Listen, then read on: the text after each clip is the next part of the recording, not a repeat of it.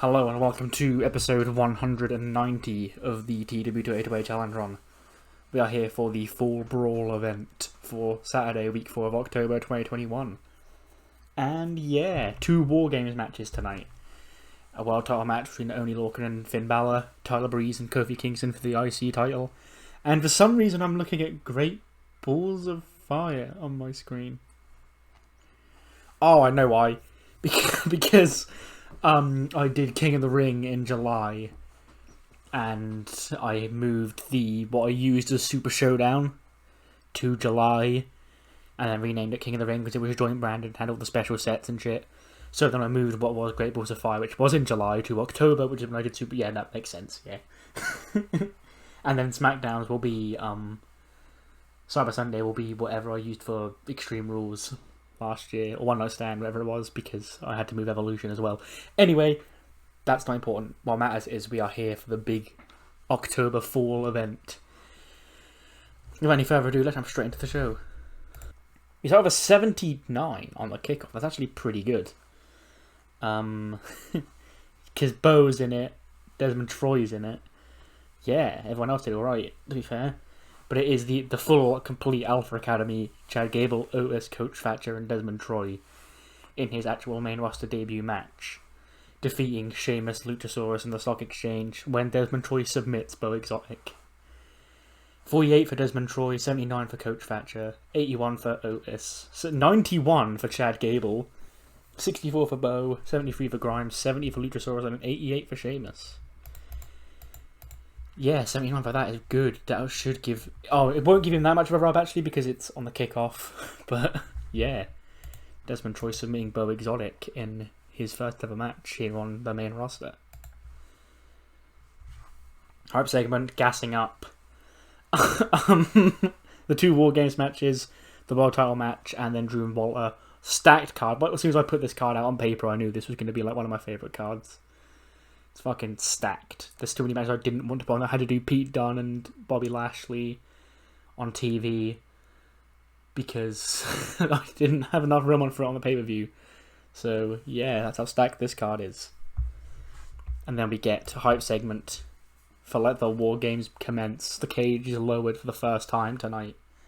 To open the show, the men will be entering War Games. The Undisputed Era, the kings of War Games, for the 5th time enter the structure inside. And this time they go up against Keith Lee, Edge, Ricochet and Bronson Reed. Starting the match off will be Kyle O'Reilly and Ricochet, because I trust them to the most. And the way things are going in this save, let's just hope that across the 16 people that are entering War Games tonight, none of them, I'd say none of them, but someone's probably going to get injured, because that's just what happens to me. But luckily there's no SmackDown Tag Team titles involved. So, okay, no one got injured in this one. It got an 82. It's an issue that's always going to plague. That's why, it's not going to do as great, because it's War Games. It's going to go 40 minutes. But, it's always going to drag, because they're like, oh, there's a lack of psychology, even though Edge is in there. Which is actually something I do want to go over, but I'll wait until I've explained the match first. But, yeah, this one's just normal, I guess. War Games. Kyle O'Reilly and Ricochet start in. The Babyfaces won the advantage, so Bronson Reed would come in next. And they're 2-on-1 Kyle O'Reilly until Fish comes in. Then Keith, then Roddy, then Edge, then Cole. He brings the weapons in. Adam Cole does, with the chairs and shit. And then they brawl at it for 40 minutes. And in the end, Edge submits Kyle O'Reilly with the Educator. And that's in 38 minutes and 21 seconds. So the babyface team of Edge, Keith Lee, and the Cyclone defeat the Undisputed Era. And that's a big win for Keith Lee and Edge, because the Raw Tag Team titles, they retained the belts on Raw, and now Keith and Edge have finally shut Undisputed Era up for good, it seems. 72 for Strong, 77 for Fish, 84 for Cole, 91 for Kyle O'Reilly. Actually scored the second highest in the match, behind Ricochet, who got 93, 87 for Reed, 86 for Keith, and an 89 for Edge. Jesus. So yeah, the psychology thing, it's really annoying, because in reality, Edge could go 40 minutes, psychology-wise. Seth Rollins could go 40 minutes, Randy Orton could go 40 minutes, but in the game, The only guy on my roster who's got like light blue psychology is Shinsuke, and I feel like that's a bit... I'm tempted to just bump a bunch of people's psychologies up, because like Edge can go 40 minutes and it wouldn't drag. But the game says it will because he's only an 80, he's still got greens, and it's just ridiculous. I want to have a word with Quest from June of 2020. Speaking of Shinsuke, he's here. Boogs is playing his song for me, like, tonight's the night I'm going to finally impress Asuka with my rock. And you know Micah and Natsumi, they love the song, so we've got two-fifths of Dominion on board already, but Asuka's the one. She needs to sign up on this rock and new music. Shinsuke's like, alright, buddy, if you say so. 79. The thing with War Games being on this show twice is that some of the matches are going to have to go quite short. And this one goes 9 minutes. John Morrison defeats The Miz with a Starship Pain. It's 79. 76 for Jomo. No, 76 for The Miz, 74 for Jomo. So yeah, based on those ratings, this was actually pretty good. And Miz is the one who's declining. I can say one of them must be declining, but yep. John Morrison picks up the win over his old tag team partner here tonight. We can get a quick chat with the Babyface women's team from the War Games main event. And they're gassing each other up. And Shotzi and Ember talk about how they're 24 hours away from either a ladder match, a Street Fighter, or a Lumberjack match at Cyber Sunday. So they're going to kick ass tonight, then go kick ass tomorrow. Then Kairi steps up, she's like, please let me start. I need to prove that I can do this. So Kairi has volunteered herself to be the opening member of the War Games team for her team. But remember that Becky retained the belt in the TLC match and that won her team the advantage, so it'll be the heels with the advantage in the main event. So Kairi will be 2-on-1 at some point. Again, sometimes I've got to go a bit short. This isn't as long as I would have liked this match to be, but the story's not over here, so it's fine. Charlotte defeats Rhea in 11:55 because of Reggie and Jordan-based shenanigans. Liv and Ruby come out to fight them off, and then boom, natural selection while Rhea's distracted, and Charlotte cheats to pick up the win over Rhea Ripley here tonight. 89 for Charlotte, 84 for Rhea. So yeah, the match should do better, but it's pretty short. And apparently announcing. After that match, though, Boogs is here. My name is Rick Boogs, and I came to rock with Shinsuke Nakamura and Asuka. And then Asuka comes out, she's like, what are you doing? And he's like, I came to rock for your new theme song. He starts shredding the new theme song he's written for Dominion, and Asuka sort of thinks about it, she's listening in, she's like, I know, it's alright. Boogs is a bit of a ledge, he's sort of shredding this theme. But obviously she doesn't like it, she mists him in the face and leaves. So I guess that's the blow off of that little story.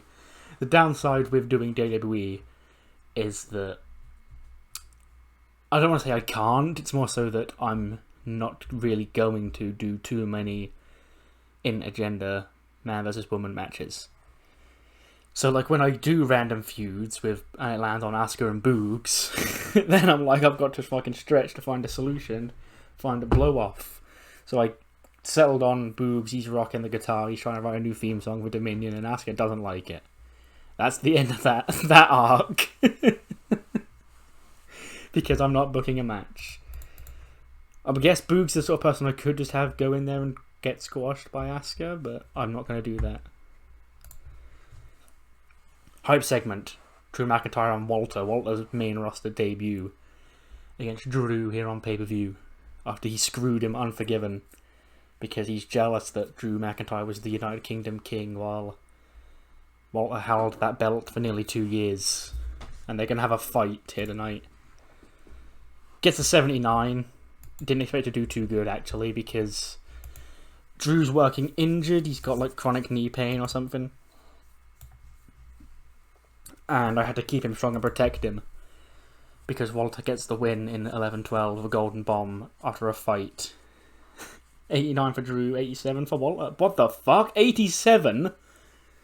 He's got like 60 pop compared to Drew, who's got like 88. And he got an 87, 2 ratings lower. Oh, I guess Drew is injured as well, so I guess the game's telling me he could have got like a hundo if he wasn't injured.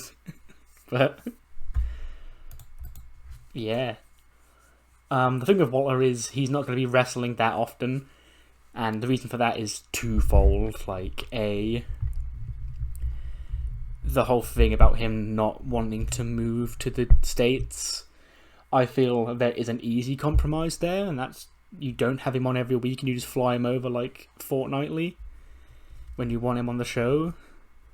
And B, Walter is definitely somebody who I feel like wouldn't transition well to weekly television. So if you're going to have him, you don't want to have him on every single week. So those two things put together make it so like, oh, I'll bring him in. He's going to rarely wrestle. I'll fly him in when he wants to be flown over from Europe or whatever. And yeah, everyone's happy. He stays special and he gets to still live where he wants to live. So yeah, but he picks up a win in a, I'll say disappointing match, but Drew's injured, keep him strong, protect him. I didn't expect too much here. For some reason the match rankings have, other than Cesaro, have like stagnated a bit recently. I don't know why. Then again, 82 rated hype segment for this match, months in the making. Tyler Breeze was that darn black masked attacker who stopped our hero Xavier Woods becoming King of the Ring. Kofi used that anger and momentum to become the Intercontinental Champion, and now he defends it against the man who stole his best friend's dream. 84 that match gets, which is actually pretty fucking good. That's the best match of the night so far, actually. And I have great chemistry, which is good. But that dastardly son of a bitch, Tyler Breeze, handful of tights, tainted victory, cheats to score the pinfall, and Tyler Breeze is the new Intercontinental Champion. He's either recognisable or well known, so he is eligible to win the belt because it's not allowed to be anyone who's star or above. 66 for Breeze, 88 for Kofi, and that dastardly son of a bitch has stolen the championship and his best friend's dream. He can't keep getting away with this. Hype segment for the backstory of the Bray Wyatt Jeff Hardy match. Bray Wyatt had loyalty to Jeff because of everything that Matt did. Like, Matt helped him find himself in that Deleted of Worlds tag team, and because of that, he loves Jeff. He doesn't want to fight Jeff, but Jeff wants to fight him. He doesn't want to fight the Funhouse Bray. He doesn't want to fight the Fiend. He wants to fight actual Bray Wyatt, the one who Matt Hardy helped save. The Eater of Worlds. That version of Bray Wyatt is here tonight to face Jeff Hardy. Yep, 77. Didn't expect this to be very good. The game says it's exceptional, actually. But Jeff Hardy picks up the win. He defeats Bray in 10:43 with a Swanton Bomb. 80 for Jeff, 92 for Bray. And yeah, we'll see what happens here. Bray Wyatt, of course, during the match, he would hit him, but he'd still obviously be very painful. Like, no, Jeff, I don't want to do this. I still love you. And then Jeff's like, come on, you fucking bitch. Jeff eventually beats him, but looks a bit conflicted as he does it, because why is Bray being so standoffish? Another hype segment. Our hero, the World Heavyweight Champion, Oney Lorcan, has finally kicked enough ass to be recognised upon one of the greats of WWE history. And to keep that run going, he must defend against the newly heel turncoat son of a bitch, Finn Balor. In his second defense, he defended against Adam Cole on Raw. And in 84, the match gets 17-17 it goes. Oney and Finn are having a fight. This is the crowd very much on Lorcan's side. Ridge Holland, of course, standing behind Finn Balor. He doesn't really get mentioned a whole lot, but he's there. He just sort of just stands there looking tough with his cap on and his big bat on, or whatever he's got. I don't want to say it's a nightstick because he's not a big boss man, but it's something like that. And he'd try and hit Oney with it, and the referee would catch him. He'd like, no, fuck off, Ridge, get out of here. But as Oney's trying to fight back, and the referee's distracted by getting rid of Ridge, 2 more men run through the crowd and jump into the ring and assault Oney Lorcan. 2 men that we haven't seen in a little bit. The duo of Santos Escobar and Isaiah Scott, formerly of the Vega Mafia, who, when Zelina and Andrade got drafted to SmackDown, I think they've had a couple of matches on Raw, but I've kept them off TV for a reason, and the reason is they're here, and they've attacked Oney Lorcan, allowing Finn Balor to hit the 1916 and the coup de grace, and end the dream. Because Finn Balor is the new World Heavyweight Champion. Oney gets a 72, 88 for Finn. We all love him. We all love Oney. And the fact that he even got the belt is just because of that's challenge run for you. That's like, hey, got told to do it. But I would love to run with him and give him a proper run, but he's just not world title in the game. He just isn't at that level. He's one of the people I've got that's getting capped at like low to mid 70s, and like the top most popular members of my roster are in the high 80s, and like I think he's only just become a star when he won the belt, whereas I've got a bunch of major stars who are like so much better than him in rating wise. And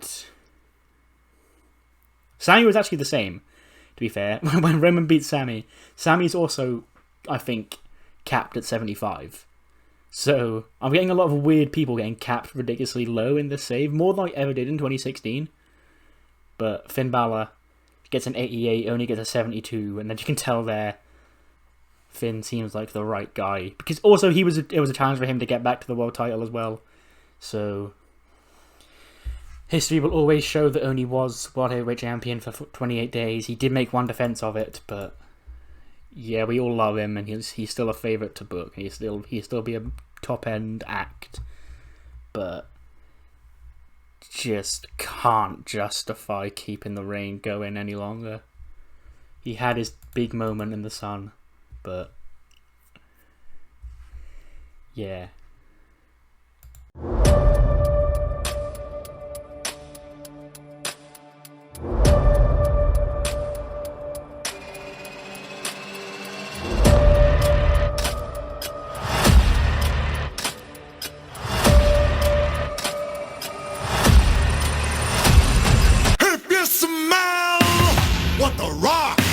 Is cooking.